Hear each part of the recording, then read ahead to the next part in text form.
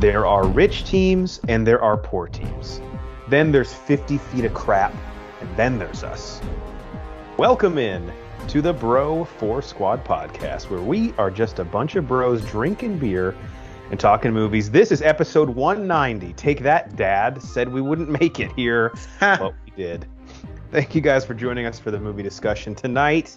Before we get started, let's go around and meet the fellow bros. We begin with the American hero, Nate Thurmond. Nate, my lawnmower is currently in the shop. Need to make a few repairs on it. So just easy favor, want to ask, would you mind coming over this week with a pair of scissors? Just help me trim my grass this weekend. Already checked the weather forecast. Looks pretty solid. Should only be around 108 degrees at noon. Jeff, I've seen this trick done before, and I know as in grass you mean your pubes, and I'm in. Okay. That was easy. I already had a list of objection handling techniques, which Geiger knows because he and I were in sales together. A no is really just a hidden yes. You're persuasive, so I was just going to jump to the point and get it over with. We also tried to have a lot of one-night stands, too, which the objection techniques come in pretty well there. Also. Yeah. A lot of people said it was weird to bring flashcards to the bar. Well, who's laughing now? That voice you just heard is our enforcer in the paint, Matt Geiger. Geiger, true story, I experienced a woman at the grocery store yesterday go absolutely apeshit over a coupon that she was not able to use to buy a potted plant. So as our expert on getting in fights, I just have to ask, where does this rank on the scale of things you would punch someone over? I mean, this week, maybe third. If you won't stand for the other something, two, fall for anything. I guess. Yeah, of course. Number 2 was the HOA telling me for the 4th time to take down my Ukrainian flag. The war's still going on. I refuse. It'll fucking stay up. Last time I checked, anyway. And the first one was really just someone skipping me in front of the Starbucks line. Got to get my jolt, you know? Who do they think they are? Got to get your quad Americano, extra sugar. Got to get my Dragon Breeze. Dragon Breeze. Don't you hate when they're out of that? Absolutely. Yeah, because it makes me feel healthy. Don't look at the grams of sugar in it. Aside from that, it's fine. All right, we begin every episode of the Bro 4 Squad podcast with the most important thing in any bro's life. And that is our chest day topic. Chest day topic today, there has been a recent trend, or I guess a surge the past few years, in biopics in Hollywood, whether it be musical or sports figures, Elvis, Rocket Man, King Richard, Being the Ricardos, House of Gucci, things like that. And we thought it would be a good idea here on the Bro 4 Squad to do an exercise, which we haven't really done in a while, where we come up with our own ideas for biopics, and then we actually cast them. And in Matt's case, I believe he has even a director, which I'm very excited. A streaming service, yeah. We were talking before pod, and they're like, I got 3. I'm like, I felt like the kid that didn't do his homework, but then I opened my notebook and I have 80 pages, and Thurman has 3 pages, and fucking Jeff has overachiever. 2. I'm like, oh, okay, I guess I'm fine. Yeah, I'm good. I'm actually better than good. I'll get extra credit on this shit. So we're going to go round robin. I have 3, but one that I'm not as excited about as far as biopics. The people or person that it's over, and then the casting, and then like we said in Matt's case, he's pretty much ready to pitch a studio on this. Yeah, where he's at. So Nate, this was your idea. If you want to share the one that you thought of kind of off the cuff that sort of started this, you can. And then what's the first one that you want to share with us that you came up with? Yeah, the first one that kind of started this conversation, for anyone who's out there who is a Hot Ones fan, the YouTube series where Sean Evans invites guests on to eat hot wings and go through a series of questions. Bear Grylls was on there recently. Love Bear Grylls. And I don't know, for some reason, I was getting huge Christian Bale vibes from him. I mean, they're both British, so I mean, it goes hand in hand. But we were texting off pod about this. I was like, man, I don't even know if the Bear Grylls story is that interesting enough. It probably is. I mean, he was one of the youngest people to climb Mount Everest, and he was the headmaster of the Boy Scouts in England or whatever. So he has a ton of background and cool things about him. But I would love to see Christian Bale, as much as a method actor as he is, as Horns pointed out as we were texting, because he would probably be just drinking urine for a month straight preparing for this. Yeah, and then they would tell him you don't actually have to drink real urine for the role. Well, he's what about the testicles? I ate some bull nuts. When he wins the Oscar, they're like, Christian Bale can be here tonight because he's still living in the fucking wilderness. No one told him they stopped shooting. No one's had contact with him for 30 days, so we're just gonna FedEx. We're not even quite sure he's okay, honestly. The role's over. It's like, but what if we have to do reshoots? I still need to be stringing. It's becoming a health hazard at this point, really. Yeah, I heard his family's pretty concerned. I thought I signed on for a sequel. No, you didn't. Go back home. But that's the one that kicked it off. And yeah, I'd like to see that one. I've got it stuck in my head now. I have to see it. That would be a very interesting one. I actually don't know. Do you know, like, is his story like what is his background aside from just being like a crazy person that's willing to go into the woods? I mean, kind of like what I was saying a second ago. I mean, he was an avid outdoorsman, like growing up. I don't know too much about him, but yeah, he was like the head person, the whole Boy Scout organization in England. Oh wow! So I don't know when that was, several years ago before he started getting like his TV deals and all that shit. But and also just discovered, because I looked it up and got down a rabbit hole, that all of his like Running Wild or something with like the celebrities, it's all on Disney Plus. So I'm gonna probably take a deep dive in that soon. Oh wow! I think Florence Pugh is on one of them. What? Yeah. I saw the Will Ferrell one. That's probably my favorite. Actually, no, the Marshawn Lynch one. Marshawn Lynch is pretty good too. Yeah. Put Marshawn Lynch in any scenario. All right. I have one, Matt, before we let you go, that I think both you guys will love. And this is my favorite band of all time. And I don't know if I think they're big enough to get the biopic treatment, but maybe not for a few years. And that is Blink-182. Oh yeah. So and they I think have a pretty interesting story as far as like they've broken up a few times, and they definitely have some interesting characters. Travis Barker, their drummer, Matt, I know you know this very well. He basically died in a plane crash and like came back to life. Yeah, like third-degree burns all over his body. Yeah. Is that why he's got so many tattoos, or to cover those initially? Could be. I don't know. He had them before that, I think. They're definitely not like a boring band if we're talking about like outside of the music. And the other cool thing, which I think all musical biopics need, is they just have really recognizable songs in their discography, like a lot of music that you would recognize. So I have cast the three members of Blink-182. No one else, just the main three. First, for Mark Hoppus, I have, and you should check out the body transformation this guy has done for the new Guardians of the Galaxy movie, but Will Poulter, who most of you guys would probably know from We're the Millers. But if you look him up now, you would not recognize him. Okay, yeah. And of Midsummer fame. Midsummer and Dope Sick as well. I could see that. I like it. Yeah, Will Poulter as Mark Hoppus, and he is jacked out of his mind now. Good for him. Now we have Tom DeLonge, the very eccentric Tom DeLonge. This alien loving. Yeah. This person, I don't know if they can sing at all, specifically in the very unique voice style that Tom DeLonge has, but I just love them. And Nate, I know this is someone you're a fan of, and that would be Jack Quaid as Tom DeLonge from The Boys. Wow. Oh, nice. Yeah. Spring movie. I could just see him with kind of like the comb over hair. He's maybe a little too tall for Tom, potentially, but we can, with smoke and mirrors, we can always change height. I think he's got the right build and everything for that. I think kind of like lankier, right? Yeah. Nice. And then the last one is a guy that I love in everything, and he's kind of recently, for a few roles, undergone a bit of a body transformation too. But seeing him bald and tatted up would be really interesting, and that is Dylan O'Brien as Travis Barker. He's in like the Maze Runner series and a bunch of other stuff. If you looked him up, very recognizable actor. I'm trying to think what else he's in that a lot of us would.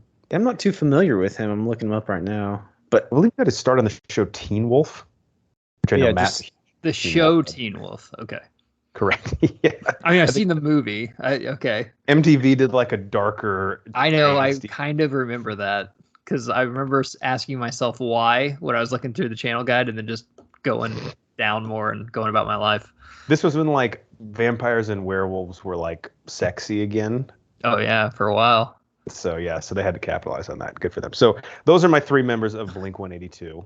I would love to see this biopic happen. Love it. All right, Geiger, what do you got? I'm really excited for this. Here we go. Unpack it. Well, first off, I want you to know that I have 11 people cast. They're big names, but when the lead is not as big a name as the other ones, you get the other ones for cheaper because you might just need them for a scene. So keep that in mind. Okay. Also, is this an instance where the lead, this could be like their breakout role? Yeah, kind of. I mean, you know who he is. He's not an A-lister by any means. Okay. So what if I told you, like Moneyball was a best-selling book, correct? Yes. What if I told you I could take a best-selling baseball book like Moneyball and meet it with Pain and Gain? Would you be interested? Absolutely. Because in 2005, Jose Canseco had a best-selling book called Juiced. Uh-oh. Here we go. So I already know who you're casting as Canseco. We played with this. I think we talked about one time as a hypothetical. But Joe Manganiello as Canseco is a fucking home run. And he's like not that much money, probably. And just think, this is like Pain and Gain, where all these actors are just going to get together for about 8 months, take a ton of fucking human growth hormone, and just have a ton of fun with this. So I needed a red-haired guy, so I think Fassbender can hit the gym and become McGuire. He's got a pretty good American accent, can grow the goatee. If anybody can body transform, it's him. Absolutely. Yeah. Michael B. Jordan doesn't have to do too much to play Ricky Henderson. Ooh, I like that. Yeah. Richard Jenkins from Step Brothers, Bud Selig. Ooh. Okay. Margot Robbie, Madonna, because one chapter in Canseco's book was called Madonna's Bat Boy, and the whole chapter is basically about how Madonna courted him. He went to her house and like banged her and shit. Fucking great. Taye Diggs as Sammy Sosa. Oh yeah. Okay. And he'll appreciate the work too. I can't laugh without it. Terry Crews as Barry Bonds. I like that. It may be too distracting. Can he do anything where he's like? But he's just going to be in a scene because Bonds wasn't mentioned in the book, so that could be like a after credit scene of him just like breaking Aaron's record or something. Okay. I didn't want to look up this actor's name, so I just AC Slater as Pudge Rodriguez. I'm trying to think of his name. Mario Lopez. Yeah, him. He's cheap, I'm sure. Colin Farrell as Rafael Palmeiro. It's a good mustache, good American accent. Yeah. This guy will come cheap, and I think his personality fits this great, but Will Smith is Ken Griffey Jr. He's getting up there in the age, but I like 10 years ago, I think I would have liked that. I mean, we can de-age him in the face. Yeah, maybe. And then since I want this, so the Showtime series, The Lakers, you're like, man, what a great dynasty of basketball. Like, what if we took a wacky take on it? No one wants that. Now with this, I think a wacky take works. So I'm going to have Adam McKay direct. And since Adam McKay is directing, Will Ferrell is going to play George Bush Jr. because he'll own the Rangers when Canseco's there and everyone is on fucking steroids. And I think this would be perfect to drop on Netflix, maybe HBO Max, but I think this just screams Netflix as an R-rated movie. And with this cast with Adam McKay, as you can see, like some of these guys will just be there, maybe like a scene, and then during the congressional hearing, and that's about it. But so that's why them being a little bit older makes more sense. Yes. Yeah. Even like Griffey, like Will Smith as Griffey could be doing a thing as Griffey in like 2005, like, during the book or something like that. Okay. How well will Colin Farrell nail the Rafael Palmeiro line who goes, I've never done steroids. He's like, I kept thinking, I'm like, God, who could I get? And I just looked up great Hollywood mustaches and his came up. Like, yes, that's fine. Because you can't, like, you don't want a guy in too good a shape to play Palmeiro because that was like the thing of it. Everyone believed that he didn't take steroids. But this book is fantastic. Jeff said he's never read it, which I'm surprised as baseball. No, I have it. It's on my shelf. I just haven't. You have to, dude. I read it twice in high school. I did 2 different book reports on it.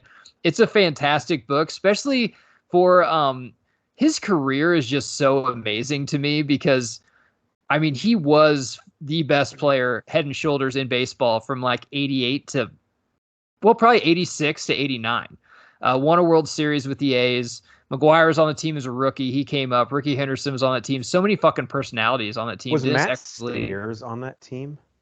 No, he was like old. Now, Canseco came back to the A's later, right before McGuire got traded to the Cardinals. And he actually played with, I didn't cast Jason Giambi because he was in the book too about, he said that I've never played with anyone that could party till 5 a.m. and then show up and rake like Jason Giambi. Like he was just like, Giambi just was he said he did more steroids than anyone he's ever seen, more pills, more drugs, more everything. I'm like, that's awesome. God, fuck, that's cool.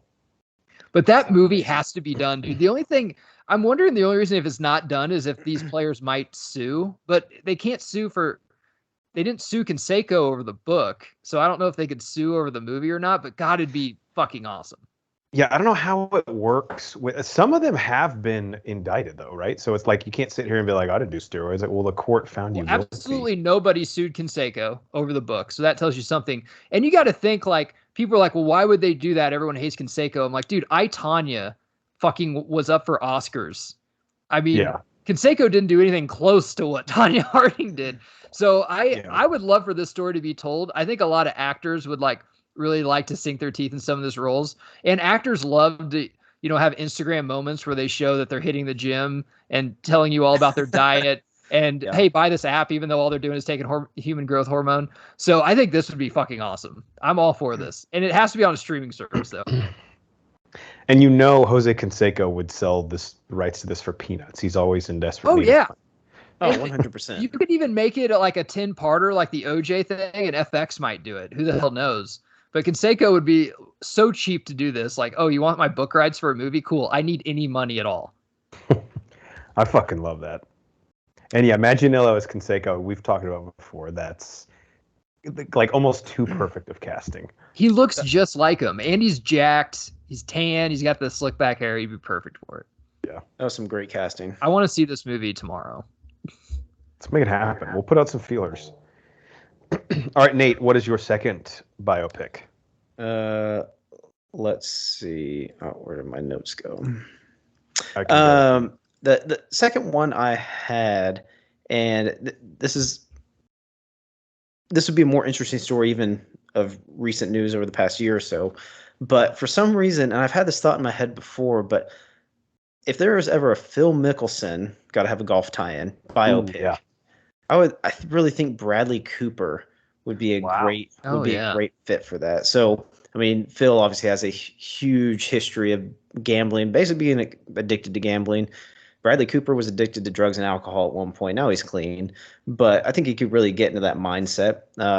And I think it would be cool. They really haven't done like a Tiger biopic, but seeing the other side of that, and then seeing Phil's side battling in the early aughts with Tiger, being like the second best in the world and all that. But then, I mean, obviously getting into like his gambling addiction and issues he's gotten into that, and like owing bookies shit. And now recently, like I said, the Live Tour and his comments about that, and actually joining the Live Tour. So I think it's several years down the road, but I could see something like this happening. Don't give me the PG version of this story. No.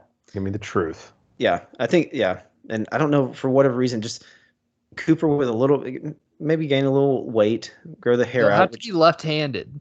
I know he's gonna have to get a left-handed swing. I don't know if he is or not, but that's we could use body doubles for a lot of that, though. The most interesting thing with Phil is how he told a reporter all that stuff about the Saudi League and then couldn't believe the reporter reported it. That's like telling your wife she's gained a few pounds and then can't believe that she's upset. Yeah, like that was supposed to be sense. That was supposed to be off the record. No, it wasn't. Nothing's off the record. I'm a tape fucking reporter.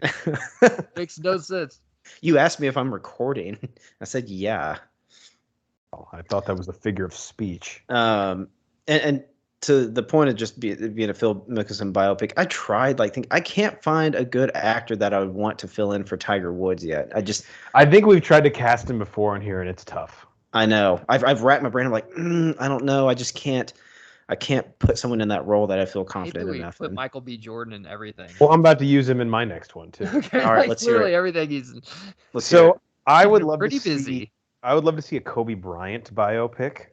That'd be with Michael B. Jordan as Kobe and Zoe Saldana as Vanessa Bryant. I think Michael B. Jordan have to thin out a little bit, but I think he could do it. Who's the chubby chick from Colorado that he rapes? That Allegedly. will be Alicia Cuthbert. Okay. Actually, look her the up. hot chick? Is she chubby? She's lost a step or two. Okay. Put it that way.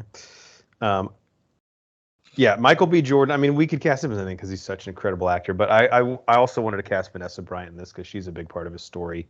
Mm-hmm. And then casting the other Lakers and it would even be fun to do like Phil Jackson. I'm trying to think who would be a good Phil Jackson. Or Shaq. Shaq would be really hard to cast. Shaq would be like impossible to cast. Shaq would almost have to play himself. Yeah, which would be awesome. The height wouldn't be there for Phil Jackson, but J.K. Simmons, I could see him filling in that role. Oh yeah. Damn, he would be good in that role. He'd have to get hair. Yeah, they'd have to put hair on him, and I've seen him with a beard, and that's what I'm thinking. Like the beard, Yeah, could be good. But yeah, you'd have to get some hair on him. I don't know. But yeah, I'm sure a Kobe biopic will be coming anytime now. Yeah, and I was gonna say he was such an interesting and well-read person off the court as well that it could be like 30% basketball and it would still be an awesome story.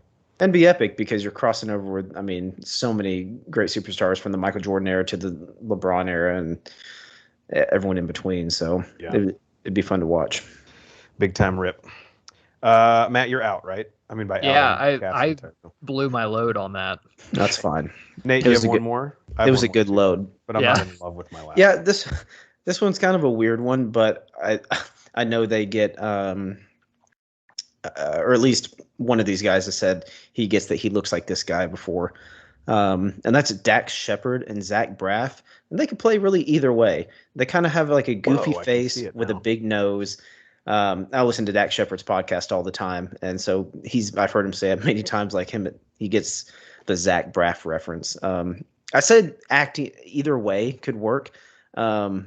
But really, Zach Braff acting as Dax Shepard, because Dax Shepard actually has a pretty interesting life. He was an addict for so long, went through AA and rehab, and just him growing up in Detroit, Michigan, and kind of leading a rough and tumble life and being like the macho guy, but evolving into who he is now. Because like growing up, I'm sure he was around a lot of red-blooded right-wing people, and now he's very left-leaning, living in Hollywood, married to Kristen Bell. So his transformation has been insane, and I would just love to see some of the shit like coming up in Hollywood, like him doing Without a Paddle, Idiocracy, and all the stuff that led up to where he was able to get into directing and now doing his own podcast. It's one of the most successful podcasts out there right now. I could be wrong, but I think one of his first acting jobs was he was one of the people on Punk'd who would pull the prank. That's where he broke through, because he was like the guy on Punk'd because Ashton Kutcher, was always in the truck. Yeah. And after about season 2 or 3, they couldn't do it anymore because if you saw Dax, you're like, okay, I'm getting punked. Even a better point. I totally forgot. Yeah, he was on Punk'd, and that's why they did like season 1 and 2 with him or whatever, and then they couldn't do it anymore because he got so recognizable. Yeah, you'd see Dax Shepard and be like, "Oh fuck, you're the guy." Okay, I get it. I get it now. But yeah, that would just be another feather in the cap of a cool show thread that couldn't be done anymore. No. I mean, I'd love for them to try, but definitely not. Yeah, probably not. I would they should try and do it down in Texas. I'm sure someone would get shot at some point and killed. Yeah, it's just what we need. My last one is a Betty White biopic, kind of her coming up in the golden age of Hollywood.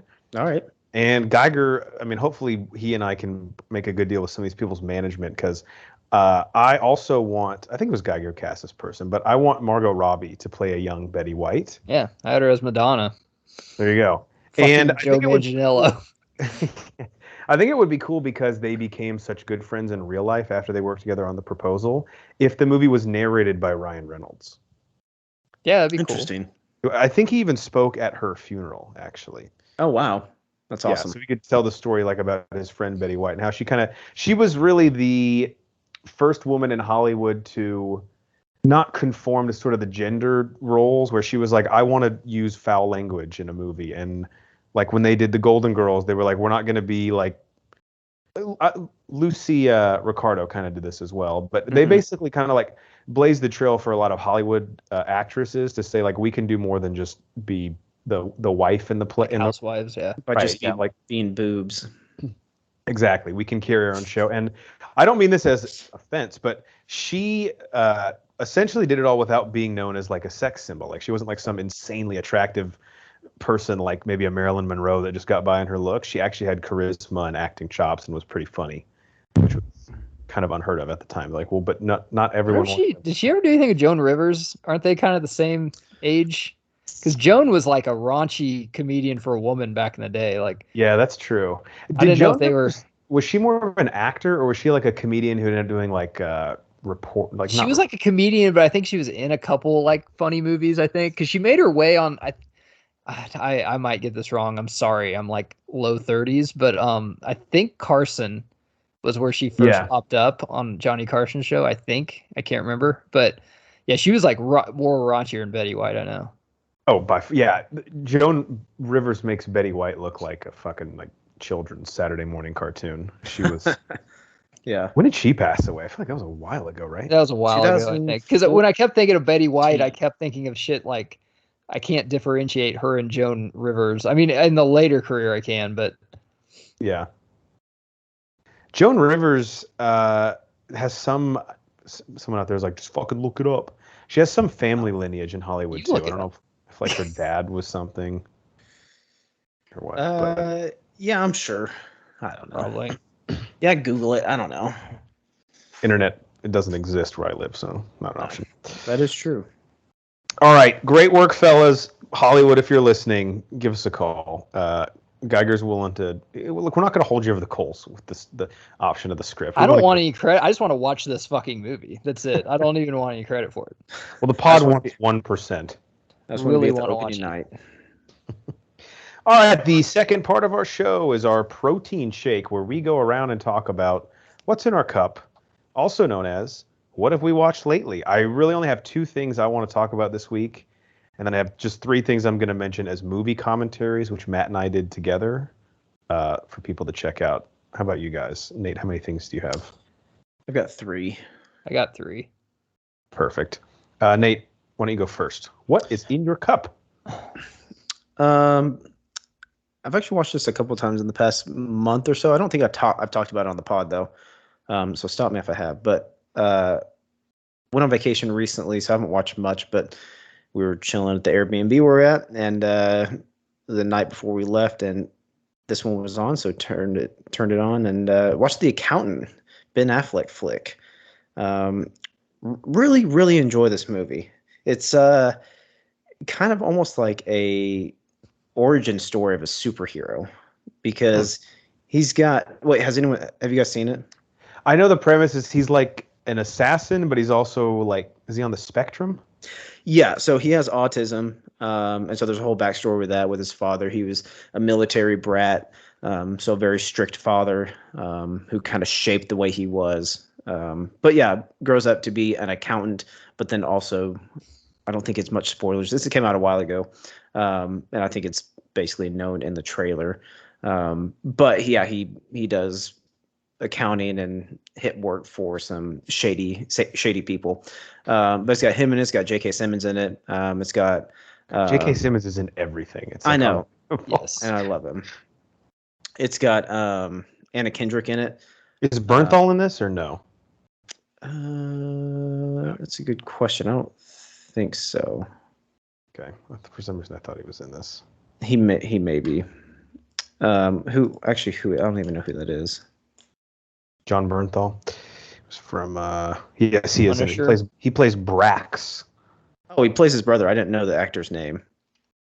John Lithgow's in this as well. John Lithgow is in it as well. Yeah, Bernthal. Yeah, he plays his brother in that. But I think it's really well done. I think it's really well played out the way that, I mean, they kind of shed light on autism, I think, in a good way with this. But they're not like overt about it. But I mean, some people may find it offensive. I don't know, but I think it's really well done. I love Affleck. Me and Horns were actually texting off pod about this whenever I was watching this one, and another movie that I'll bring up here in a minute. Yeah, I'm an Affleck head, I gotta say. As his Batman has sat on my palate more and more, we kind of like it. He is good in a lot of shit. I mean, The Town is like my favorite role of his, but he is good in a lot of stuff. It's solid. Yeah, he rocks. What did you say this was on? Yeah, good question. Actually, I think it was like on YouTube TV, and I had it recorded from a while back, so I just had it saved on the DVR. Nice. Yeah, 82% on Google, but 52% critic score on Rotten Tomatoes, but then a 7.3 on IMDb. So it's like it's either the greatest movie of all time or yeah, can't yeah. I enjoy it. All right, Matt, what have you seen lately? Watched Thor in theaters. I liked it. Oh, nice. I can't think of any other franchise that there's 4 of them, and the third and the fourth one are the best, and the first 2 fucking suck. Like, how has that ever happened? Because usually after the first 2, they're like, okay, maybe we shouldn't do this. But since it's part of a bigger universe, I'm glad we got Ragnarok, and I'm glad we got Love and Thunder. It was a perfect little meshy Marvel thing. There was some serious shit about cancer. There was some serious stuff about, death in the family. Then there was some fun stuff, and there was some goats and shit. The goats. You're now remembering how much I was displeased with a lot of stuff. Jeff warned me about it, and yeah, I mean, I wasn't. It didn't like make me roll my eyes, but after a while, I'm like, okay, like there's a little too much of it. I'll have to say, Bale, and Jeff said this first, but it seems like he's in a different film. He is. There's 2 different movies here. There's like in a good way. I mean, he's not overacting. He's just being Bale. He's fucking great. Hemsworth, they're making Thor a comedian more, but I don't hate it, which especially for me as a DC guy is something to say. I still think he kicks enough ass, and there's good battle scenes that, he makes a joke before. I definitely think Marvel is just sticking their feet in the mud. Like, hey man, these are for like 7 to like 12-year-olds, maybe 13.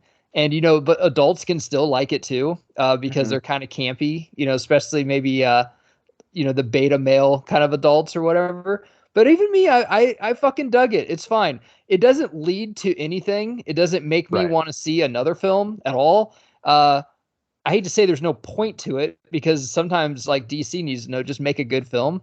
But I really fucking enjoyed it. I still don't understand how they get all these fucking actors, like the Guardians were in it for a little bit, to be in here without blowing budget. I know these movies have huge budgets, but to have 28 A-listers on here, like how the fuck do they do that for? And this isn't a Avengers movie. It's just the 4th Thor movie, but I really enjoyed it. It's good. It's definitely one you see.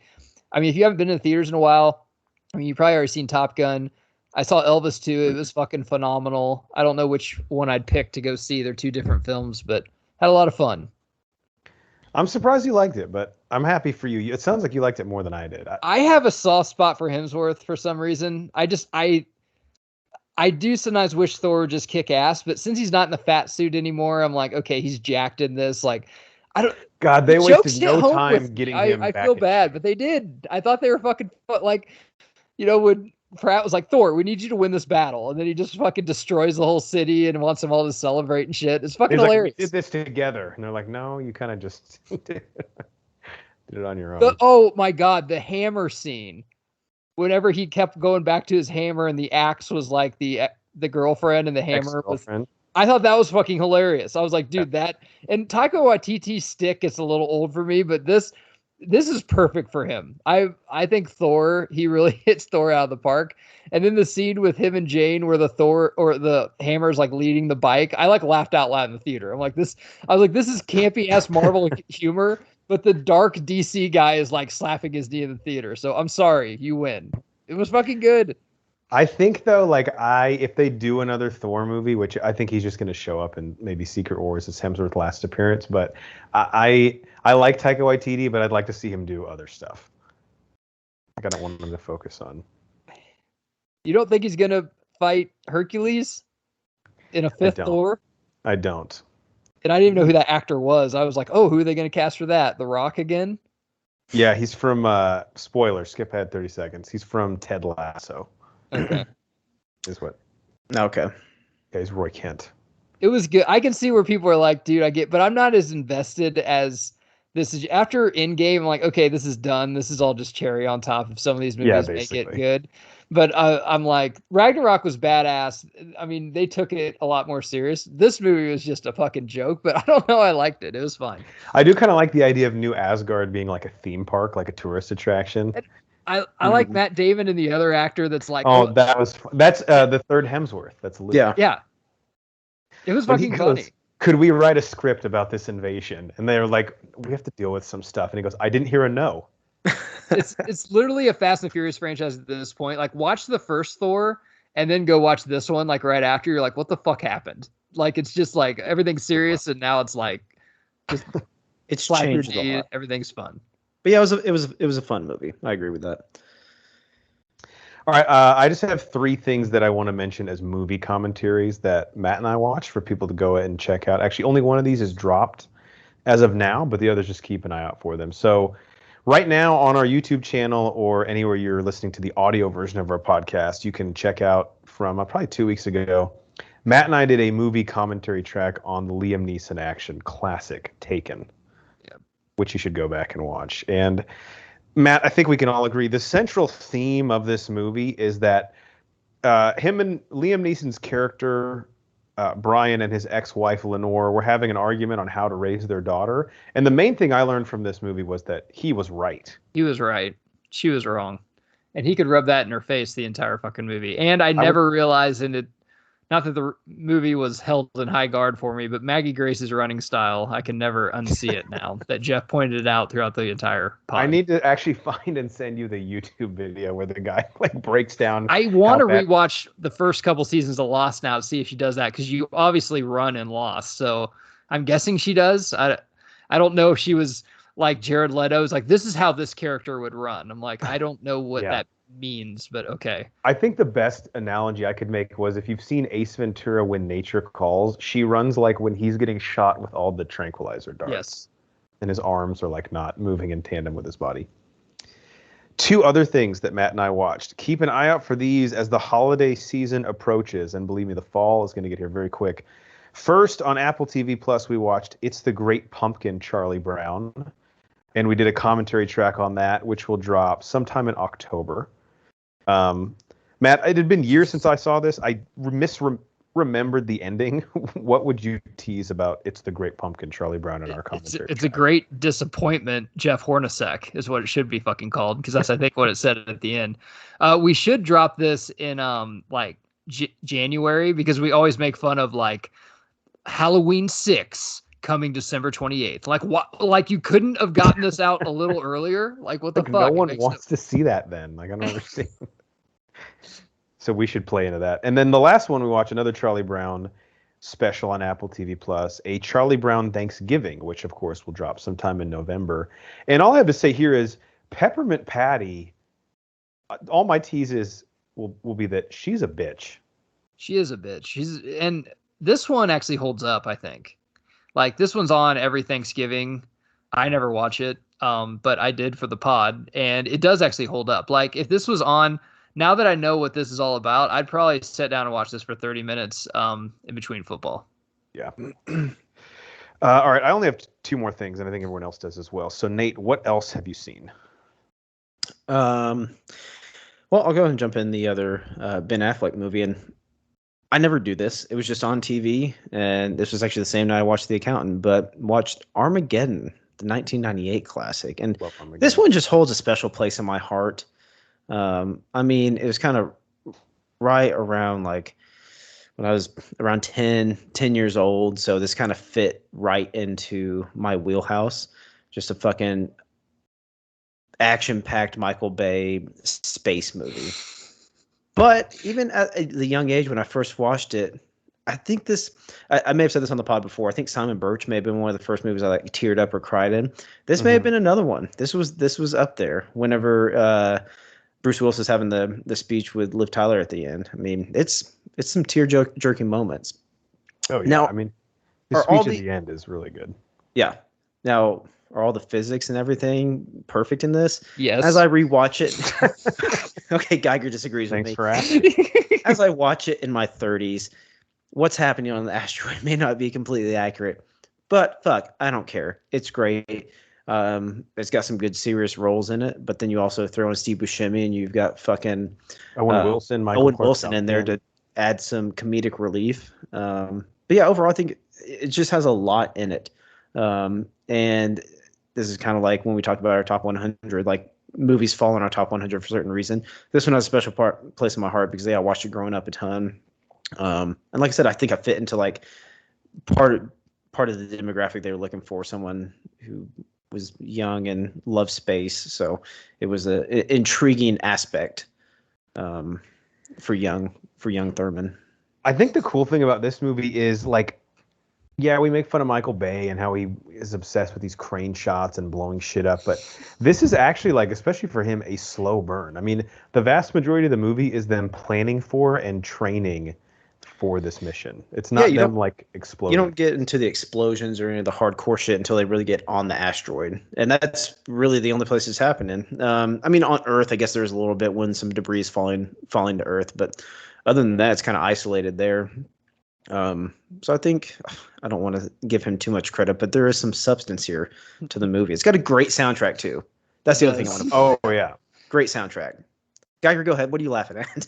No, I'm just thinking of Banner listening to this banging on his car, just like, God, I should have been there to defend him. Like, for some reason, he will defend Michael Bay over his own wife at dinner.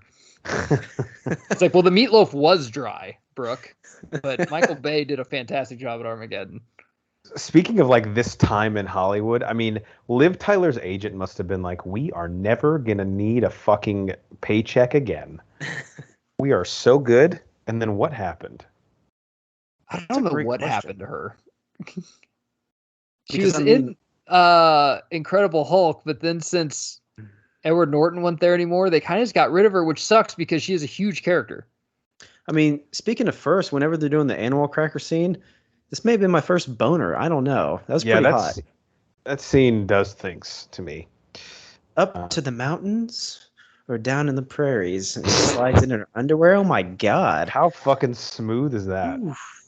Good for him. It was good. All right, before we all get too aroused, Geiger, what else have you seen? I don't think we've talked about the Munsters trailer since Jeff we have not. Made me watch this, and as probably the biggest Rob Zombie fan, I would have to say, because Banner doesn't listen to music. He listens to soundtracks. I love Rob Zombie. I know that's a different. Well, we can separate his music from his directing. I love Rob Zombie. He was on my bucket list to see in concert right by Linkin Park and Foo Fighters. I crossed all them off. Now, if you ask me about his directing, I'm like, yeah, I really like his movies. And after I would defend Devil's Rejects, and you ask me to name another one, I'd probably look like, Biden when the teleprompter skips. Like, I don't know what I'd fucking say. I couldn't defend any other ones. The Halloweens he did were meh. I mean, it was kind of a good play, seeing Michael as a kid, but I'm not going to put him up there with fucking Oliver Stone or anything like that. Now, I did think he was better than this. And I did think, first off, it's awesome that this is a prequel to the show. It is absolutely cute and adorable that they think this is going to be a sequel to get Eddie Munster in here, because that ain't fucking happening. There's no fucking way. This looks absolutely abysmal, terrible, for a couple reasons. One, it needs to be in black and white, just because the Munsters was cheap for the day, I guess, because it was a sitcom. It was the 60s. I think it would just look better. And the other reason, not that I'm a huge Munsters fan as a 90s kid. I didn't watch a lot of 60s TV growing up. Yeah. But I remember being on like TV Land, but Thurman Munster, who is the judge on My Cousin Vinny, that I think everyone has seen. So think of his voice, and this guy that he got cast doesn't even seem like he's gone through puberty yet. His wife is one note at best as an actress. I mean, she's not that good, and she is way over her head in this. I think Grandpa's fine, but the Munsters basically was like, what if Leave It to Beaver, a wholesome family, were fucking monsters in just like a normal suburban thing? And that's a funny concept. No one ever asks, like, well, how did the husband and wife meet? Who the fuck cares?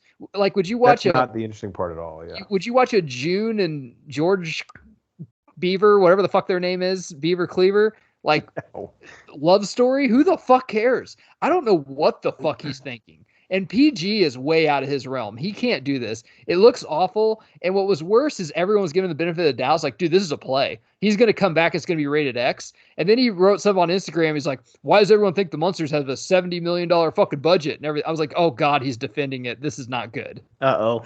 It had a $35 million budget. And again, I'm just wondering where any of that money went. It looks like it was shot on an iPhone. This literally is being called, it's like Simple Jack, as it was dubbed the worst movie of all time. This is being dubbed the worst trailer of all time, but it's not in a movie making fun of it. This is real fucking life. Yeah. This is the first time I'm seeing this. It hasn't been on my radar, and I'm just looking at IMDb and the trailer's playing. Oh my god, it's bad. Yeah, It and it's looks even terrible. worse. And just everything that you've mentioned so far, and been looking at this PG Rob Zombie, like, yeah, what'd you say was like a prequel love story? A prequel love story to Oh my basically, God. what was just like a family sitcom. That'd be like This for is a 90s bad. kid, like, okay, Family Matters. Do you want to see how Carl and Harriet met and like their love story? I'm like, no. Well, Okay. that's What? what you're gonna fucking get. Oh So my God. Well, yeah. so I And gotta What is wait he? till like the third movie to get Urkel. Like, what the fuck? What is Makes he no sense. thinking? This makes like Eddie director Munster makes was the no best part sense. of it because he was like a little kid with like the widow's peak. He was like half vampire. Yeah. He's really fucking strong, and he's trying to just be like a kindergartner. It's like God. It's it's stupid. bad. I could barely get through the trailer. This is And so weird. I watched it's the trailer probably 25 times. I'm not even kidding. Just like trying to be like, what is this?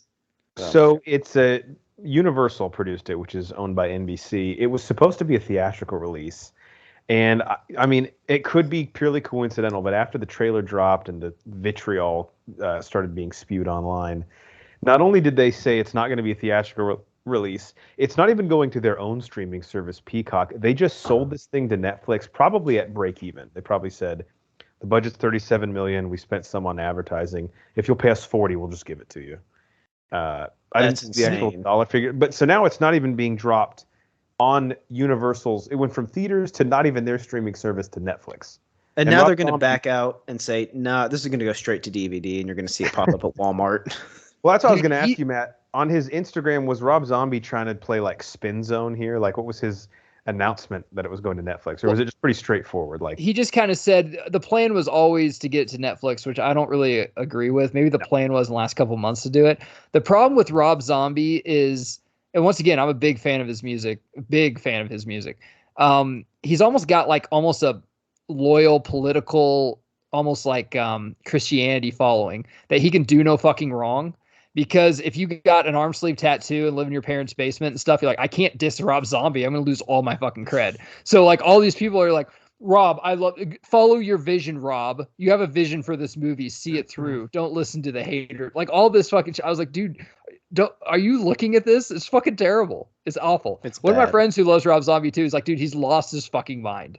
Like, I don't know what the fuck this is. yeah, again, I think when people were saying it could be a bait and switch, that was just because the thought process was like, there's no way he would do something that looks this bad. The other problem too, and I've had this problem with him for a while, is he always casts his he's a Sandler of rock music. Like he just casts his buddies. Like, Adam Sandler was like, hey, what if we did a movie about, the Olympics? So I'm like, okay, we'll cast David Spade, Kevin J. Like, don't you want to cast people who are in shape that look like Michael Phelps? No, I want to cast all my buddies. I'm like, okay. Hard pass. I was like, why don't you cast the guy from Everyone Loves Raymond, the brother? He'd be perfect as Herman Munster. Yeah, and that's rare for us to say that about Brad Garrett. But Yeah. Do you think he'd stop doing Jimmy John's commercials for a couple months to fill? He'd definitely play some hardball at the negotiating Getting table. some makeup, stop his Vegas residency. God, it's awful. Everyone's going to check out that trailer now that hasn't, probably. Good luck. I can't even imagine what the comments look like on there. I'll have to look at that another time. All right, I watched. This is number 168 all time on my top 100 list. Nate, I know it's one of your favorites. The romantic comedy Serendipity, starring John Cusack and Kate Beckinsale. But really, this was for me the coming out party for Jeremy Piven. Eugene Levy also is in a very memorable role as the person working the cash register at a Macy's, who ends up playing a much bigger role than you would expect him to. Yeah, in the film. Nate, I've been like, my wife enjoyed it, but I've had issues. My overall movie rankings list is about 1,200 films deep.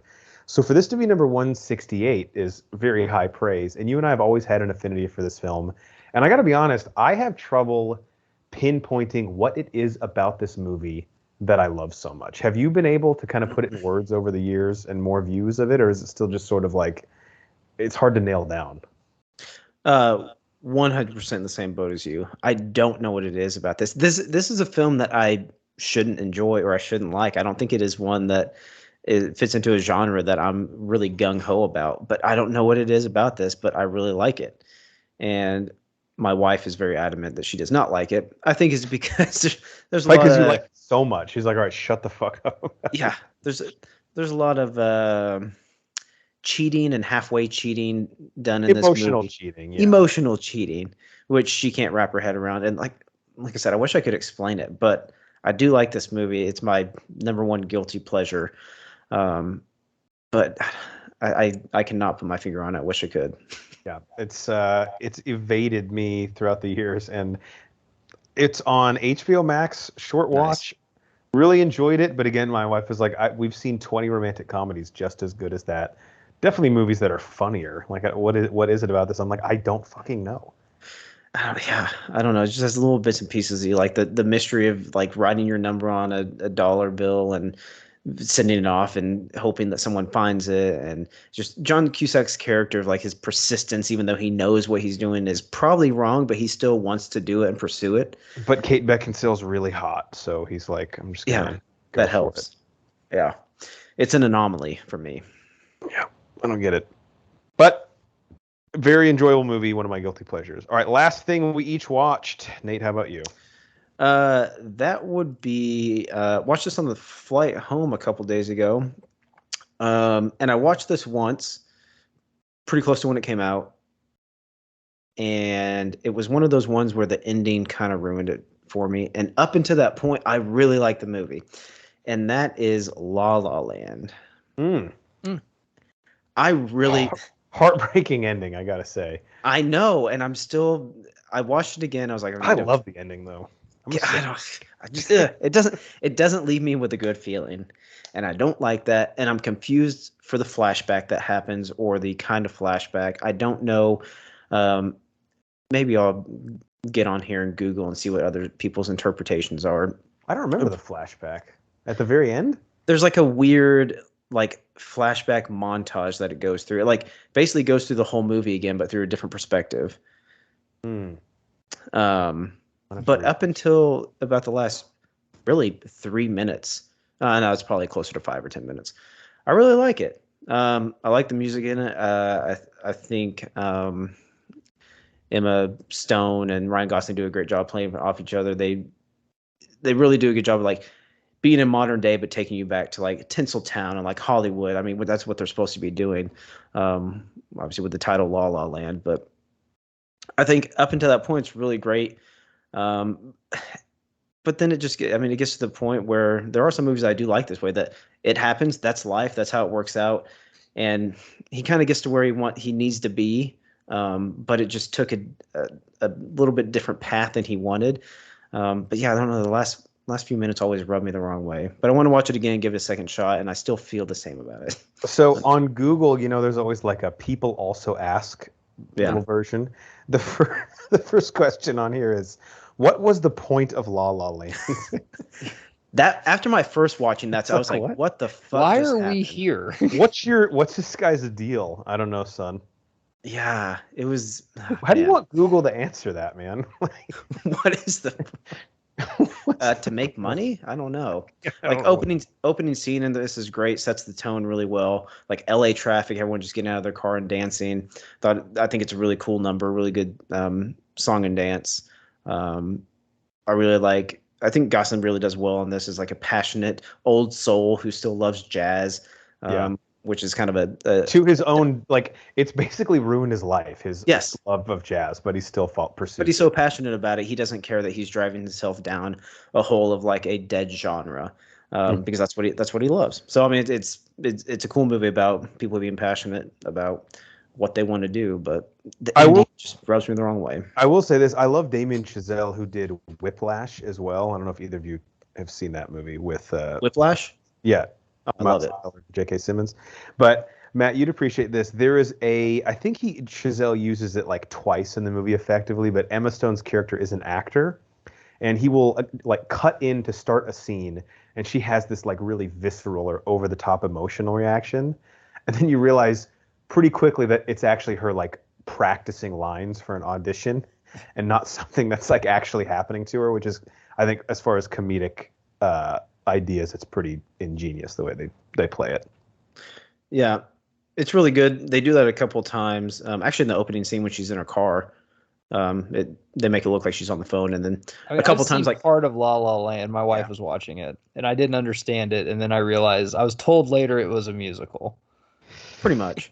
Yeah, it's like musical adjacent. I think it's weird because it's like kind of self-aware, but it's not like tongue in cheek, really. Like I don't know. It's kind of yeah. But watch that one. Give it a second shot. Kind of still the same place as my first watch. So this is about time for a rewatch for me. I think.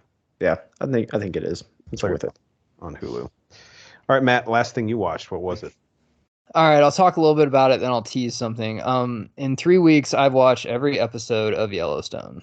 Oh wow! Caught up. Go on the rant you went on with me. I'm caught up. I'm guessing Thurman really enjoys the show. It's the #1 show on television. That's good for it. I love Kevin Costner. I love Westerns. I think if you ever listen to this pod, me and Thurman are definitely the Western guy. However, Taylor Sheridan, who everyone's licking their balls now, great director, but I know him from the second cop on Sons of Anarchy, and this show is fucking Sons of Anarchy on horses. And I will do a squad blog on it. Literally, I guessed, I'm not even kidding here, 8 things that fucking happened through 4 seasons. I guessed that the kid was going to get kidnapped. I guessed that Beth was going to get. If you haven't seen it, skip it. Yeah, like I guessed all of it. And you know, if you haven't seen Yellowstone, you've seen Sons of Anarchy, you've already fucking seen it. But I haven't seen Sons of Anarchy, so well, that's now you the have. Problem. Yeah, and if Taylor Sheridan wrote Sons of Anarchy, which he didn't, Kurt Sutter did, and then Taylor Sheridan's going over, and it's the exact same storylines. Everything down to the Sons of Anarchy tattoo on their back. And when they leave the club, you better get the tattoo off your back or they will fucking brand it off you. But since they're, on a horse thing, it's a fucking brand that's on their chest. There's so much stuff that it like rubs me the wrong way with this show. And in Sons of Anarchy, they're in a little town in charming California, and they want to keep that town old school. And they're not going to let the big box stores move in, and they'll do anything and God's green earth to do it. Same thing with Yellowstone. It ruined the show for me. Fucking ruined it. That sucks because I haven't seen Sons of Anarchy and I like Yellowstone. Because I really like Sons of Anarchy. Yeah. I watched every fucking episode. I won't watch Mayans because I gave it a couple times. I'm like, this sucks. But well, and it's like you can give the show a few coincidences, like storytelling. I gave it a few, but after a while, like when I saw that kid, I'm like, and basically, Jamie is Jax Teller. He's like the guy in the club that's the heartthrob that wants to do good and has a really good heart. But then after about season 3 or 4, he's like, fuck it. I just got to be evil to get evil shit done. I was like, his kid is going to get taken by skinheads. And I said, which makes no sense in this show. Why would there be skinheads in Montana? Because there are skinheads in Sons of Anarchy, but fuck, he didn't get taken by skinheads. It makes no fun. Like everything to it. If Charlie Hunnam rolls in a bike, what if they're in the same universe? Holy shit! I absolutely hate it too because Taylor Sheridan is really bringing back the Western, and I applaud him for it. But just be a little bit fucking original on some of this shit. There was not one thing on Yellowstone where I was like, huh, like that kind of surprised me. Everything I'm like, I've seen this before. Who plays Beth in Sons of Anarchy? It would be Charlie Hunnam's mom, who's like, she's a bad bitch. And Katie Seagal. She doesn't take shit from anybody. She will tell you exactly how you think about her. But season 3, she gets fucking raped and beaten the fuck out of. Oh my God. And then they fucking take care of it. And I'm like, literally after episode 2, when I saw Beth, I looked at my wife. I'm like, she's going to get raped and beaten up. Yeah, the countdown's on until she gets sexually assaulted. And then my wife's like, that's kind of disturbing. Like, no, because she's Katie Seagal. And I was like, and Taylor Sheridan was in Sons of Anarchy and basically stole every idea because what person on a horse watches a show about a person on a bike and vice versa? I wish I wasn't on this episode tonight because I'm kind of upset now. wait until my squad blog comes out because I'm literally going to pinpoint every fucking thing. And as much you've already said, like enjoy it. Like I enjoy Point Break and Fast and Furious. Sheridan when you write it? Be like, I enjoy Point Break and Fast and Furious, but I get upset when people. First off, I say they're like, "Man, this is the greatest show on television." I'm like, "It stole fucking everything," and they're like, "Well, you just hate it because you don't like Western." I'm like, "I grew up on a fucking horse farm. I still watch John Wayne. I love Westerns. I'm just calling it out. Be creative." I mean, I love the casting in it's fan. I love Cole Hauser in it. fantastic from Dazed and Confused. Kevin Costner's great in it. Oh, you know I'm a big Cole Hauser head. Great casting, great everything. I just like the story, the whole thing. And instead of the Mayans, the Mexican biker club, what do they have, Thurman? Oh, they got the Native Americans. So then, it's the fucking black versus white thing. I'm like, God damn it. Oh, everything God. about it. I will destroy it, and it'll bring me no joy. I will let you know. I like the show. I'm really more interested. I bought Paramount Plus. I love to watch 1883. That's my next one. I think I'll like that one better. That's with Harrison Ford, right? No, that's with Sam Elliott and Tim McGraw. Harrison Ford's new one I'm really interested in, and the 4-6s show I'm interested in because maybe it'll be a little different. But with this, I was just the whole season. I was just sitting there, arms crossed. I'm like, man, it's beautiful directing. I love the Montana skyline. I love that they're on horses and all this shit. But God damn it, like I've seen every one of these episodes already. Now, did you say the 1883? I'm assuming is set in 1883. Is the Harrison and this Ford is when show? they actually get the land. Harrison Ford show is like 1920 something. 1932. Got it. So the only contemporary one, if it is contemporary, is Yellowstone, or is it set like a little bit in the past? No, Yellowstone's set today, Yeah, and 4-6s will be set today. That's just the ranch in Texas. Okay. Man, I'm sorry. When you write the squad blog, I'll send it to Taylor Sheridan and be like, the jig is up, bro. I feel like Will Ferrell and Zoolander when I'm like, what, does anyone else notice this? I feel like I'm taking crazy pills. All his looks are the same. When everyone's like, Jesus, this show's great. I'm like, does anyone else see it? Damn. I hate to be that guy. No, you are right, though. Like, the demographics, there must just not be, like, in the Venn diagram, there must just not be, like, a big overlap. If I never watched Sons of Anarchy, I think it'd be great, too, because those storylines are cool. You know why they're cool? Because I loved them the first fucking time I saw them back 10 years ago, and I watched them on Sons of Anarchy on FX. I was like, yeah, that's a cool storyline. You got me. I'm on the edge of my seat. I mean, if you're Taylor Sheridan, dude, I don't know. It's just weird that, like, you come up with an original idea, bro. You just exchange motorcycles for horses. Literally. And it literally didn't upset me until I looked up Taylor Sheridan because I've always heard of him, but I never knew who he is. And I was like, dude, he was the deputy in Sons of Anarchy. So he's actually on that ruined it for me. Like that was about episode 4. I actually looked up who Taylor Sheridan. I was like, he was in Sons of Anarchy. I'm like, damn it. Is he in Yellowstone? Yeah. Yes. He does play a big role. He plays a bigger role later. In the later seasons, he does. Yeah. He's good in it, and he's like a real cowboy. That's really him on the horse and everything. I love where his head's at. I can't, dude. I gotta be. We have this pod. I have fans, Jeff, that expect me to call it down the middle. You're the enforcer. The free ride is over. I can't just let this slide and pat his horse on the ass and say, "Great job, dude. This is great." Damn, plagiarism. That sucks. Yeah, especially the fact that like he actually wasn't the like showrunner of Sons of Anarchy. It'd be one thing if he just like took his own idea and repurposed it, but it seems like he kind of just like he's like the guy who left the band and was like, "Do you mind if I play like the same songs?" Literally, he probably had this idea for Yellow. He's like, "Dude, we could do the exact same thing, but on horses, and people would love it because more people see themselves in the Western culture than on a motorcycle in America," and that's true. Yeah, I could see that. Hence why this is the #1 show on TV and Sons of Anarchy was like 5 or 6. Still a great show. People really loved it, but yeah, but this has much more broad appeal. Way more. Sure. Yeah. All right, last thing I will talk about, and I won't say much. I don't think Cycly and I are going to do a review on this just because now it's like, by the time you listen to this, it'll be like 3 weeks out. But he and I both saw, not together, but the new Jordan Peele movie Nope in theaters. I saw it the first week it came out.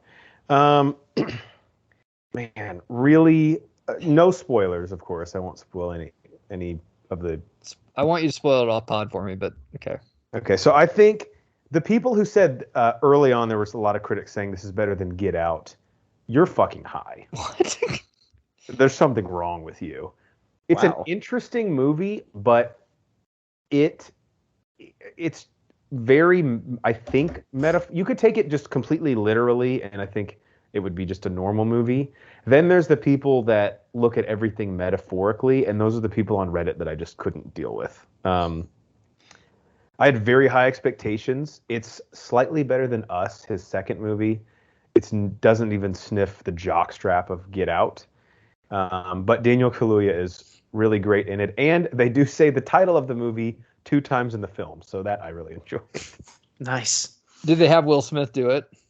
Yeah, Will Smith just shows up and goes, "Nope, ha ha," and he moonwalks out of frame. But Matt, I think you would like the premise of it, because the premise is something unique that I've never seen before.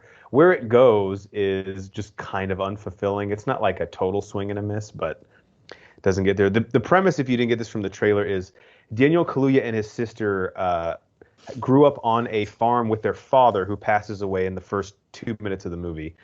Basically training, like, just outside of Los Angeles on a ranch. They train horses that were used in like Hollywood pictures, like whether it's Western. I love that premise. It's really cool. But and then it's an alien movie, so then I find myself out the door. Well, that's the thing, is it? That's what I heard, but Okay. But the premise then is like their horses start, like, these are like the best trained horses in the world, basically. The farm is kind of struggling, and their horses begin running away. And they believe that there is some unidentified object that is hovering over their farm periodically that is scaring off some of the animals. And the thing kind of takes off from there. There's a really weird side plot that I have read 10 explanations of why it's even in the movie online, and none of them make fucking sense. So I still don't understand why Jordan Peele devoted 30 minutes of screen time to this side plot, but if anyone watches it, you'll immediately know what I'm referring to, and please tell me why it's in the film. Because I don't get it. Is Jordan Peele the new M. Night Shyamalan, where like he had one good idea and everyone's like, Jesus Christ, give us more? And he's like, oh, I didn't really have anything else, but I'll try to write something really quick. Cycling and I have talked about this a lot, and it almost feels unfair to M. Night to make that comparison, because you think about it, M. Night at the beginning of his career had 3 pretty massive hits in Unbreakable, Signs, and The Sixth Sense. Yeah. Mm-hmm. Peele has really had 1 incredible movie and then 2 kind of middling films. So, and then the other ones are like it's like, dude, Jordan Peele's got a new movie out. No one knows what it's about. Then you see it, you're like, it's not that fucking good. Yeah.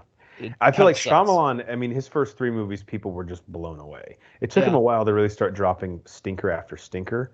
But Peele, his highest high is probably right up there with The Sixth Sense, but I don't think he's had the consistent, just totally knock it out of the park success early on that Shyamalan had. Yeah. So I don't know. True. He hasn't dropped a stinker yet, but again, neither did Shyamalan after his first 3 movies. I just want to take one guess. Instead of the aliens, is about like Jesus coming back or something? No. Okay. All right. That would be my guess, because everyone's like, once I saw the aliens, I'm like, okay, it's probably not aliens, it's some twist, and I was trying to guess it. Okay. Yeah, I really can't say anymore, but I don't know. I went into this probably with too high of expectations, so I never saw Us less than I did. But I'll probably see this one. Yeah, Us is pretty much a straight up slasher horror movie. This is not in that. Okay, yeah, I'll give this one a shot then. There's like 1 or 2 jump scares, but that's thriller. Yeah. All right, last part of our show. Do you even lift bruh? Without Brian here to announce this segment in a high-pitched bird voice, we will tell you what it is. It's our question and answer segment where we ask a topic we want to discuss, and then we leave you with it to ruminate on and think about. We are continuing, if you click the link in the description of this podcast, each of the bros countdown of our top 100 movies of all time. Today we find ourselves in the high to mid 60s. Each of us, Geiger will do 2 movies. Nate and I will each do 1 film. And before we dive into that, if you want to click the link to catch up with where we're at, Nate, why don't you describe these lists to the people at home? Because as we always say, these are not the AFI top 100 finest films of all time. These are very unique to each of the bros, I would say. Cinema. Yeah, these are not going to be your IMDb top 100. And I think, like, kind of like I said earlier when I was talking about Armageddon, like, these are going to fall on our list because maybe they hold a special place in our heart. Maybe we watch it at a certain time where it means it's something a little different. Or maybe just because of who we are, we like the humor in a certain movie or something. Because if you compare, like, even the 5 bros lists across the board, they're so vastly different. You could have some you could have Casablanca right next to Three Ninjas.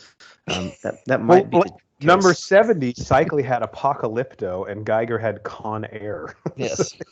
There you go. That's a great point. But yeah, and I think we've said it on here before. It's a great exercise. I think everyone should do it. It's fun. It's something you can do lifelong. I'm never going to stop doing this. Every time I watch a new movie, I add one to the list. Throw it in the wood chipper, see where it ends up. Yep, it's fun, and it's kind of crazy where things shake out. Actually, before I got on the pod, my wife was asking me, "Oh, what are your next two movies?" And I told her, and she's like, "Those aren't even close to each other as far as like genres or types of movies." That's awesome. I love that. Yeah. Geiger, anything you want to add to that about our lists? If the Get Out porn is real, it's going to be number one. Check out our Get Out movie commentary. So we had to decide. And if it is real, please send it to us. bro4squad@gmail.com, I believe, is our handle. The hardest thing we were deciding between in the chat was what the porno title would be. Is it Get In or Pull Out? Pull out. Yeah. Who Who knows? knows? We have maybe options. a two picture deal. I could see that. It's too much story to fit into like one. Pirates of the Caribbean 2 and 3. Like they shoot them at the same time, but they drop them in different years. Yeah, That's good. that's the nice thing about porn same. is the production schedule can be expedited pretty quickly. True. All right, Geiger, we'll go to you first. You last counted down your number 68 movie of all time, which was American History X, which I know for a fact will be coming up somewhere very high on Cycli's list. So why don't you do your next two, your 67th best movie of all time, and then your 66th. Okay, 67th. I'm gonna have a lot of comedies coming up, especially in the lower after we get to 50. And with chick comedies, I never got them, dude. Like even like 16 Candles, Legally Blonde, none of those are going to be my top 100. However, Mean Girls is an exception. Mean Girls is a fantastic film that was meant for women that men fucking love, just because it really just diagrams high school. Because even if you were a male in high school, you might not be a male now, but you were a male in high school. That's the world we live in. Awesome. Yeah. If you are subscribed, you'll probably like us. But you know what females are like, and this just captures it so well. Lindsay Lohan, this was the role she was destined to play before she got on drugs. Rachel McAdams, breakout fucking role for her. Tina Fey's phenomenal in it. Tim Meadows is phenomenal in it. Amy Poehler as the fun like mom. It's everyone right before they hit like their prime, before movies just, even Lindsay Lohan, like this hit her prime. Like her prime is very short lived, but this did hit her prime. So many funny fucking things in this movie. We did a commentary on it. I think it was me and Banner. It was like after a Christmas party. I was shit-faced drunk. It's one of my drunkest commentaries, if you want that tease. But go find that out. But I love this film. It's the only chick movie that was marketed to women that women enjoy that I absolutely fucking enjoyed, and it cracks my top 100. So it's actually based on a book called Queen Bees and Wannabes. And Tina, I'm guarantee you Banner said that in the pod, though. I only know this because I watched the E! True Hollywood Story on this movie, which, how much do you guys miss E! True Hollywood Stories? A lot. Yeah. Now there's Reels. I don't know if you get Reel Channel, but they do them pretty good, too. Oh, sweet. I'll have to check that out. But Tina Fey actually bought and optioned the book and wrote the script and then hired Mark Waters to direct it. So she was kind of like the engine behind getting this made. And I agree, Matt, it just holds up perfectly. And one of my favorite movie quotes of all time is, "She doesn't even go here." Yeah. I think Lauren Michaels has something to do with this film, if I'm not mistaken, who runs Saturday Night Live. I think this was kind of like, Tina might have went to him and be like, "Hey, I think I got a really good idea for a movie," because he was kind of behind Tommy Boy and a lot of that stuff that wasn't Saturday Night Live skits. Yeah, but he'll kind of back his money. Like finance. Yeah. I could see that with Tina Fey and Amy Poehler being on there. And Rachel McAdams, I mean, her 2004-2005 was just insane because she did The Notebook, Mean Girls, and Wedding Crashers, all vastly different characters. And all great movies. Yeah. Wow. I bet she did those movies in like a 10-year span too, and they all just dropped, and they're like, Jesus Christ, like I'm gonna get every role now because I can play the it girl, I can play funny, I can do whatever the fuck you want. Yeah, she can be the bitch or like the endearing girl. Yeah. Really did it all. All right, Matt, what's your number 66 movie of all time? So you can compare these movies because they're comedies, and maybe you want to flip flop them, but fuck you. It's not your list, and I put in the time, and that is Billy Madison. Hell yeah. And as much as I fucking can't stand Adam Sandler now and his stick back then was fresh. It was fun. He was young. You got Chris Farley, you got Norm Macdonald, you got a whole fucking just cast of characters in this, and the premise of it is so fucking ridiculous. Like if you just come up to me and say, "Hey, there's a comedy. There's this guy who's just a fucking deadbeat. His dad's a millionaire, so he never has to get a job, but he wants to take over his dad's company, and the only way he can do it because he didn't graduate high school is to go and repeat every grade in a week." I'm like, that is whoever came up with that idea is a fucking genius. Yeah, I mean, Tommy Boy is kind of the same premise where it's an idiot taking over his dad's company, but it's basically like, okay, just come in. It's how it would happen in real life. Just come in, learn your way, and you'll take it, and we'll put it really good around people around you. But this is like, no, you actually got to go back and get your fucking high school degree. Like, who would okay that? Like nowadays, especially with everyone sleeping with students and shit. So you're gonna have a 35-year-old guy in 8th grade. Like that makes no fucking sense. And our girl from who plays Sonya Blade from Mortal Kombat is in it. She is so hot.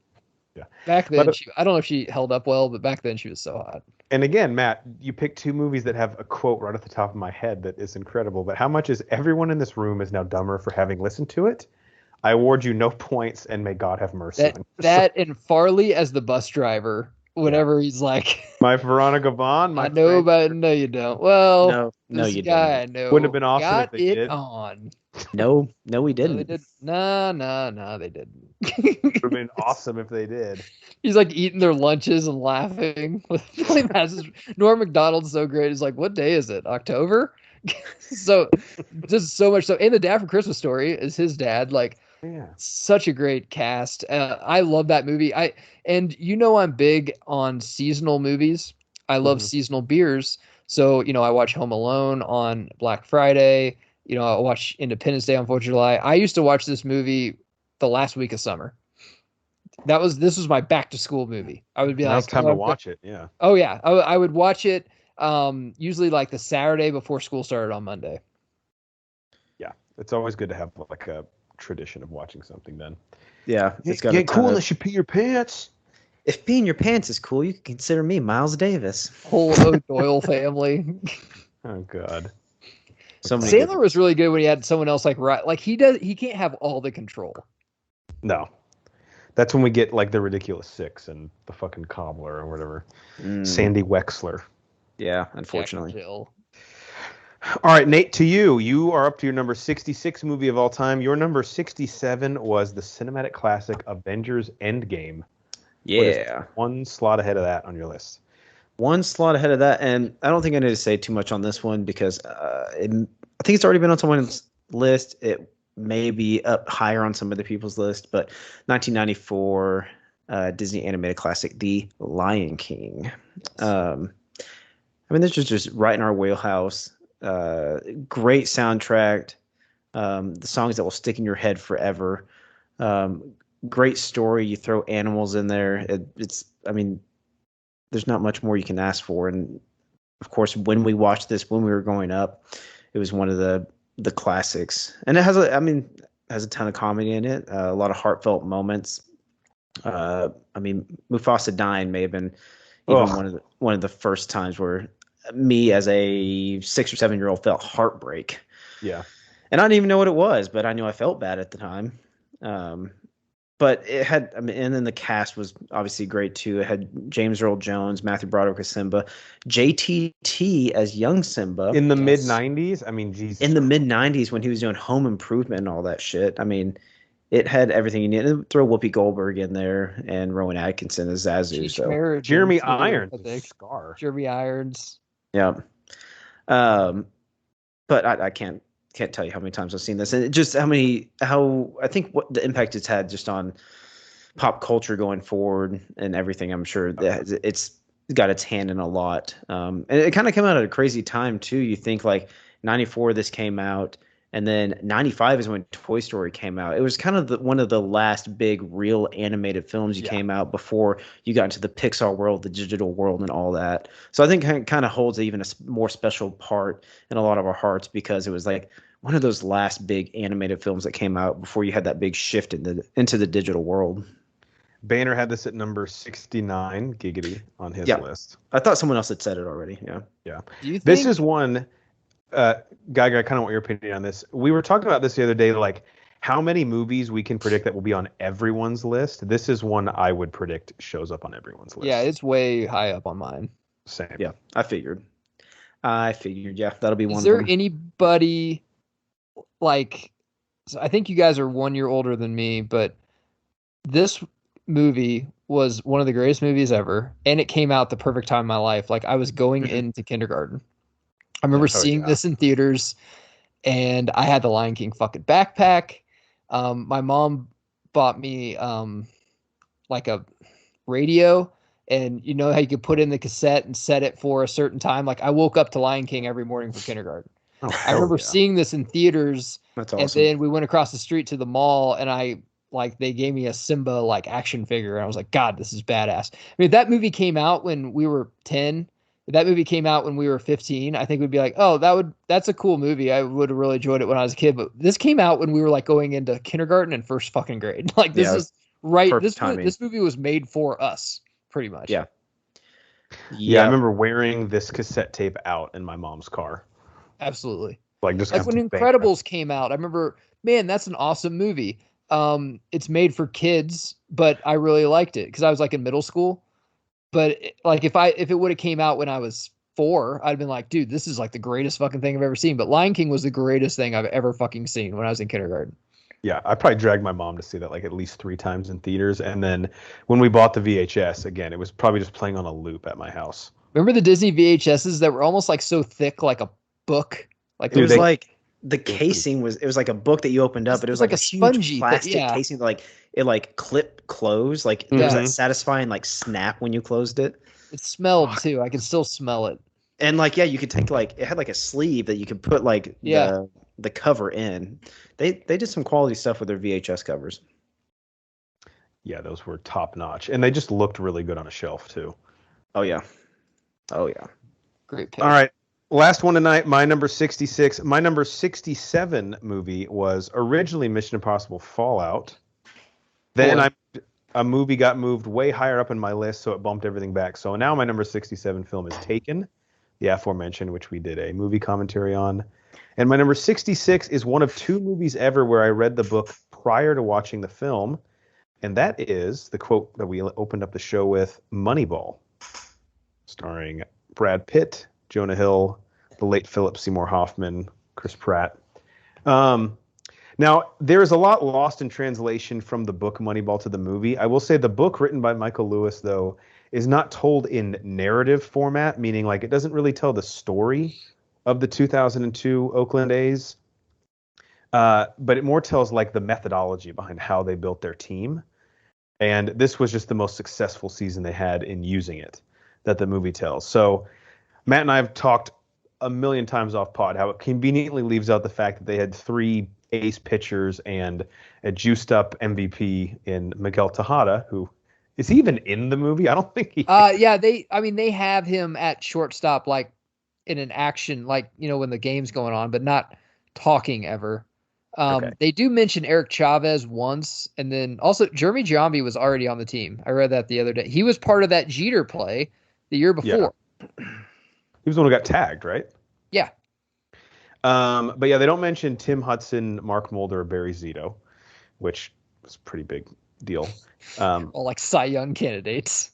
Yeah, but they love them some Scott Hatterberg, who hit like 8th on that lineup, who was fine, but like whatever.